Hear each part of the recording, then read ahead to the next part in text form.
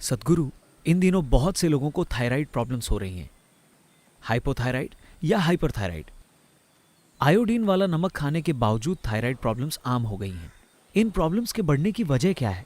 क्या ये भी डायबिटीज या हाइपरटेंशन की तरह स्ट्रेस रिलेटेड है? क्या हम हठ योग या क्रिया के अभ्यास से या ईशा योग केंद्र जैसे प्राण प्रतिष्ठित स्थान पर आकर इन हालातों में सुधार ला सकते हैं? इससे बाहर निकलने के लिए हम कौन सी चीजें कर सकते हैं? बहुत से लोगों ने हठ योग के अभ्यास के जरिए से छुटकारा पाया है। किसी प्राण प्रतिष्ठित स्थान में होने से निश्चित रूप से फायदा होता है। But this pretty widespread. लेकिन ये थायराइड इम्बैलेंस काफी ज्यादा लोगों को होने लगा है। देखिए, हमें इसे समझना होगा। आप जिसे थायराइड कह रहे हैं, योग में हम इन ग्रंथियों को इस तरह से नहीं देखते, लेकिन मेडिकल दृष्टि से आप जिसे थायराइड कह रहे हैं वो आपके भीतर एक ऐसा सिक्रीशन या स्राव है जो आपके सिस्टम को कैलिब्रेट करता है हर रोज। ये तय करता है कि कितना पाचन होना चाहिए, कितनी ऊर्जा पैदा होनी चाहिए, कितना फैट पैदा होना चाहिए, कितनी मांसपेशी बननी चाहिए। हर चीज ये आपकी शारीरिक संरचना को संतुलित करने की कोशिश करता है। आपके शरीर की संरचना आपकी मनोवैज्ञानिक संरचना से गहरा संबंध रखती है। आज आपको यह दिखाने के लिए पर्याप्त प्रमाण मौजूद हैं कि अगर आप यहां बैठकर पहाड़ के बारे में सोचते हैं तो आपकी ग्रंथियां एक तरह से काम करेंगी। अगर आप शेर के बारे में सोचते हैं तो ये किसी और तरीके से काम करेंगी। अगर आप समुद्र के बारे में सोचते हैं तो ये किसी और तरीके से काम करेंगी। अगर आप किसी आदमी या औरत के बारे में सोचते हैं तो ये किसी और तरीके से काम करेंगी। बस एक विचार और कुछ नहीं। पहाड़ से कोई संपर्क नहीं, शेर से कोई संपर्क नहीं, आदमी, औरत या समुद्र से कोई संपर्क नहीं। बस एक विचार ही ग्रंथियों के काम में उतार चढ़ाव ले आएगा। मैं कह रहा हूं कि ये सिस्टम इतना शानदार और सटीक है कि ये आपको अच्छी हालत में रखने के लिए हर चीज को संतुलित करने की कोशिश कर रहा है। आपके साथ समस्या ये है कि आपको एक बैलगाड़ी चाहिए, क्योंकि आप वो खोई हुई कड़ी हैं। आपको बैलगाड़ी चाहिए, लेकिन उन्होंने आपको एक शानदार अंतरिक्ष यान दे दिया। हर छोटी से छोटी चीज तमामों चीजें करती हैं। अगर आप इसे बस छू लेते हैं तो बुम, सिस्टम में कई तरह की लहरें पैदा हो जाती हैं। अगर आप बस ऐसे देखते हैं और इस पेड़ के बारे में एक राय बना लेते हैं तो इसमें कई तरह के रासायनिक और दूसरे बदलाव आ जाएंगे। ग्रंथियों के काम करने का तरीका बदल जाएगा।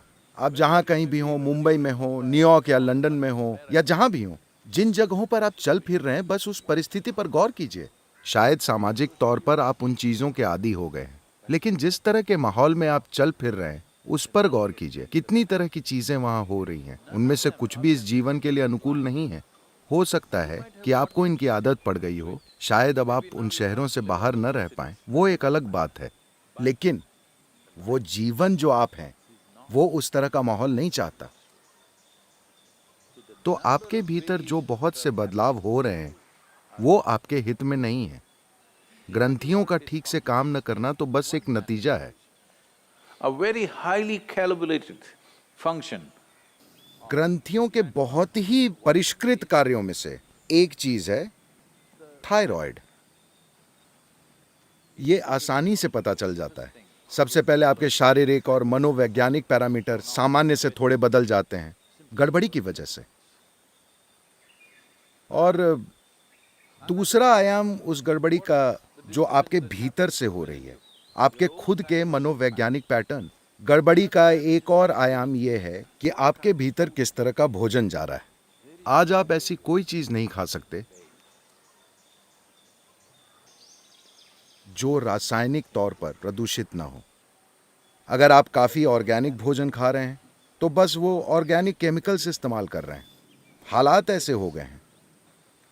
कुछ ऐसा खाना बहुत मुश्किल है जो किसी जंगल में उगा हो और आप बस उसे तोड़कर खा सकें। ऐसा बहुत बहुत कम होता है। ऐसे लोगों का प्रतिशत न के बराबर है जो उस तरह की चीजें खा सकें। अब सब कुछ बाजार से आता है और बाजार में सब कुछ ज्यादा मात्रा से तय होता है, न कि क्वालिटी से। और ये भी इस देश में ये सारी चीजें अब खत्म हो गई हैं। मेरी दादी माँ हर दिन, वो सब्जी वाले, वो घर में टोकरी लेकर आते थे। सुबह सुबह ही उन्होंने खेत से सब्जी तोड़ी होगी और 7:30-8 बजे तक वो हमारे दरवाजे पर होते थे। जब वो आते थे तो दादी माँ सब्जियों को देखती थी। जब उन्हें खरीदना होता था तो वो सब्जी वाले को सब्जी छूने भी नहीं देती थी। वही इसे तोड़ कर लाए हैं, वो बिल्कुल ताजी हैं, लेकिन अगर उसे तराजू में रखना हो या उन्हें उसमें से 1, 2, 3, 4 करके चुनना हो तो वो उन्हें सब्जी को छूने नहीं देती थी। तुम मेरी सब्जियों को हाथ मत लगाओ। This is not to ऐसा बैक्टीरिया से बचने के लिए नहीं था। वो नहीं चाहती थी कि वो आदमी या औरत उन सब्जियों को छुए जिन्हें उनके बच्चे और नाती पोते खाएंगे। वो उन्हें एक खास तरह से छूती थी, उन्हें सहलाती थी, बहुत प्यार के साथ उन्हें हर तरह से देखती थी और फिर उन्हें काट कर बनाती थी। ये मत सोचिए कि अजीब बर्ताव है। अगर आपके जीवन में ये सारी चीज़ें मौजूद नहीं हैं तो आपको अपनी ग्रंथियों को ठीक रखने के लिए गोलियां खानी पड़ेंगी, और गोली निगलने से इनमें संतुलन नहीं आने वाला। आप इसे दबा सकते हैं, आप इसे सही संतुलन में नहीं ला सकते। ये नहीं होगा, क्योंकि हर दिन ये अलग होता है, हर पल ये अलग होता है। ये एक कैलिब्रेशन है, एक बहुत सक्रिय कैलिब्रेशन होता रहता है। आप इसे मार देते हैं और बस एक गोली लेते हैं और किसी तरह काम चलाते हैं, यानी कि आप थोड़ी खराब मशीन हैं। इस खराबी के साथ मशीन की ये खराबी कई तरह से जाहिर होगी और आपको इसका पता तभी चलेगा जब आप इसे हद के पार ले जाएंगे। जब आप बहुत सीमित जीवन जीते हैं तो ये जाहिर नहीं होता। ये कुछ ऐसा है, देखिए, अगर आपकी कार का टायर पंचर है तो भी आप 20 किलोमीटर की रफ्तार से कार चलाकर घर जा सकते हैं। कुछ चीज़ें खराब होंगी, कुछ चीज़ें फट जाएंगी, लेकिन फिर भी आप कार चला सकते हैं। अगर आप 200 किलोमीटर प्रति घंटे की रफ्तार पर हैं और तब अगर टायर पंचर होता है तो आप जानते हैं कि आप सड़क से बाहर उड़ जाएंगे। तो बस यही बात है। अगर इन सब चीज़ों को ठीक से संभाला गया है, अब अगर आप अपने जीवन को एक काफ़ी ज़्यादा ऊंचे स्तर पर काम करने के लिए ले जाते हैं तो भी ये आराम से चलेगा। उस संतुलन को लाए बिना अगर आप अपने जीवन की गति बढ़ाते हैं तो ये डगमगाने लगेगा। आप अपने आसपास हर दिन ऐसा होते देखते होंगे। तो अपने जीवन में उतनी लागत लगाने के लिए, खैर, आप अपने शहर को छोड़कर जंगल में रहने नहीं जा सकते, आप अपने माहौल को छोड़कर दूर नहीं जा सकते। आपको कम से कम खुद को इतना सक्षम बनाना होगा कि उन चीजों का आप पर ज्यादा असर ना हो। वैसे भी इनका असर तो होगा, लेकिन सवाल है कि कितना असर होगा। कम से कम अपने घर में, अपने आसपास कुछ पौधे लगाइए। अगर खुली जगह ना हो तो अपने कमरे में ही लगा लीजिए। हो सकता है कि ये थोड़ा अजीब लगे।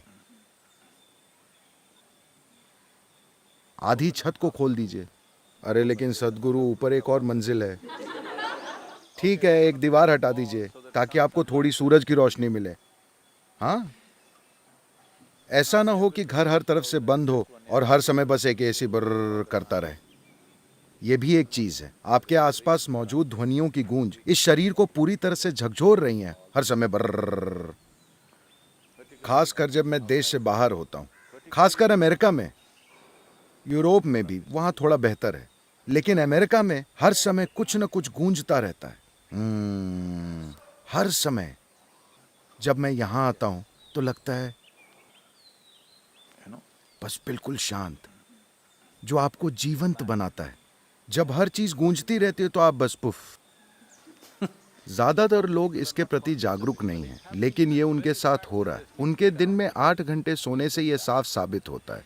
ऐसा इसलिए हो रहा है क्योंकि वो अपने प्राकृतिक वातावरण में नहीं रह रहे। वो सोकर खुद को सुरक्षित रखने की कोशिश कर रहे हैं। तो खुद को बीमारी से बचाने के लिए, खुद को मानसिक रोगों से बचाने के लिए, खुद को हर तरह के असंतुलन से बचाने के लिए आप दिन में 8-10 घंटे की नींद लेते हैं। यानी आधा जीवन आप मरे पड़े रहते हैं। मौत हमेशा एक आसान हल होती है, लेकिन हमें ऐसा हल नहीं चाहिए। हम जीवन के हल को खोज रहे हैं, अंत के हल को नहीं। किसी चीज का अंत करना उसका हल होता है ना? हल है या नहीं? हल है, लेकिन हमें वैसा हल नहीं चाहिए। हम यहीं रहना चाहते हैं, जिंदा और पूरे हल के साथ। तो अगर ऐसा होना है तो आप, शायद आप थोड़े अजीब लगें, मुझे भी आप अजीब लगेंगे, लेकिन आप जहां सोते हैं वहां कुछ पौधे लगा कर रख सकते हैं। जब आप चलते हैं तो आपको इंसानों के अलावा दूसरे जीवनों के प्रति हमेशा जागरूक रहना चाहिए। ज्यादातर लोग इंसानों के प्रति ही जागरूक नहीं होते। तो मैं आपको याद दिला रहा हूं, आपको हर उस चीज के प्रति जागरूक रहना होगा जो जीवित है। एक पेड़, एक पौधा, एक घास का तिनका, एक कूदता हुआ टिड्डा, और आपके पास से गुजरने वाले वो लोग जिन्हें आप पसंद नहीं करते। हर तरह की चीजें, हर चीज के प्रति आपको जिंदा होना चाहिए। वो ये बोलने की जरूरत नहीं है, ओ मुझे इस पेड़ से प्यार है। आपको पेड़ से प्यार करने की जरूरत नहीं है। आपको उससे पोषण लेना होगा। जीने का केवल यही तरीका है। आप पसंद करें या ना करें, वो अभी आपको पोषण दे रहा है। अगर आप ये सचेतन होकर करते हैं तो हर चीजें बेहतर काम करेंगी। अपने आसपास की हर चीज के प्रति जीवंत होना, बिना किसी भेदभाव के। ऐसी साधारण चीज आपके थायराइड की समस्या को संतुलित कर सकती है। Of course. बेशक सुबह हठ योग तो है ही, क्रियाएं भी हैं। ये सभी चीजें निश्चित रूप से मदद करेंगी, और शक्तिशाली रूप से प्राण प्रतिष्ठित स्थान भी हैं। कई चीजें हैं। एक मुख्य कारण यह है कि इंसान कम और कम सक्रिय होते जा रहे हैं, जैसे जैसे तकनीक का विकास हो रहा है। एक दिन में औसतन एक औसत इंसान, How much activity, physical activity? पिछली पीढ़ियों के लोग कितनी ज्यादा शारीरिक मेहनत किया करते थे, और अभी हम सब जितनी शारीरिक मेहनत कर रहे हैं वो बहुत ही कम है। इतने कम स्तर की सक्रियता के साथ सिस्टम में संतुलन रखना मुश्किल है। तो थोड़ा सा असंतुलन होने पर आप जाकर बिस्तर पर मत लेटिए। अगर आप थोड़ा असंतुलन महसूस कर रहे हैं तो आपको ढेर सारे काम में कूद पड़ना चाहिए। जहां भी जोश और उत्साह के साथ कोई काम चल रहा हो, आपको उस काम में कूद पड़ना चाहिए, और उससे ज्यादा और ज्यादा कीजिए। अगर आप बीमार महसूस कर रहे हैं तो ज्यादा से ज्यादा काम कीजिए, वाकई, क्योंकि जिस पल आप पीछे हटते हैं आप बीमारी को मजबूत बनाते हैं।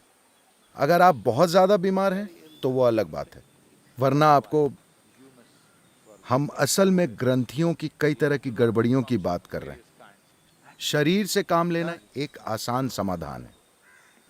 शरीर से काम लेना यानी, जो लोग न्यूयॉर्क में रहते हैं, मैं आपको बता रहा हूं, काम लेने का मतलब ये नहीं कि आपके पास कलाई पर वो हेल्थ बैंड है। 10 steps, 12 steps. ऐसा मत कीजिए। ये शरीर से काम लेने का तरीका नहीं है। ऐसा करने से बीमार पड़ने की संभावना ज्यादा है। बस यूं ही खुशी के साथ कुछ कीजिए, खुश और जिंदा रहिए। काम तो सिर्फ, अगर आप ये नहीं जानते कि यहां बैठे बैठे पूरी तरह से जिंदा कैसे रहना है, तो जाकर कुछ खेलिए, कोई खेल खेलिए, बस यहां वहां दौड़िए, चलते समय टिड्डे की नकल कीजिए, कोशिश कीजिए। क्यों नहीं? आपने कभी किया नहीं? आपके साथ यही तो समस्या है। जब आप जाएंगे तो मैं देखना चाहता हूं कि, चूंकि आप घास पर चलने जा रहे हैं, बेहतर होगा कि आप टिड्डे की तरह चलें। Chuk, chuk, chuk, chuk, chuk. आप देखेंगे आपके अंदर कितनी जीवंतता आ जाएगी। Essentially, मूल रूप से आपकी बुनियादी समस्या ये है कि आप अपने जीवन के बारे में कुछ ज्यादा ही गंभीर हो गए हैं।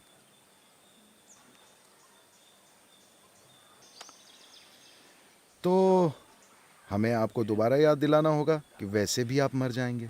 तो इस बारे में इतना गंभीर मत होइए, क्योंकि इसे खत्म होने में समय नहीं लगेगा। आपको पकड़ ढीली करनी होगी। अगर अभी आप पकड़ ढीली कर देते हैं तो आखिरी सीन अलग हो सकता है, वरना लोग आपको देखेंगे।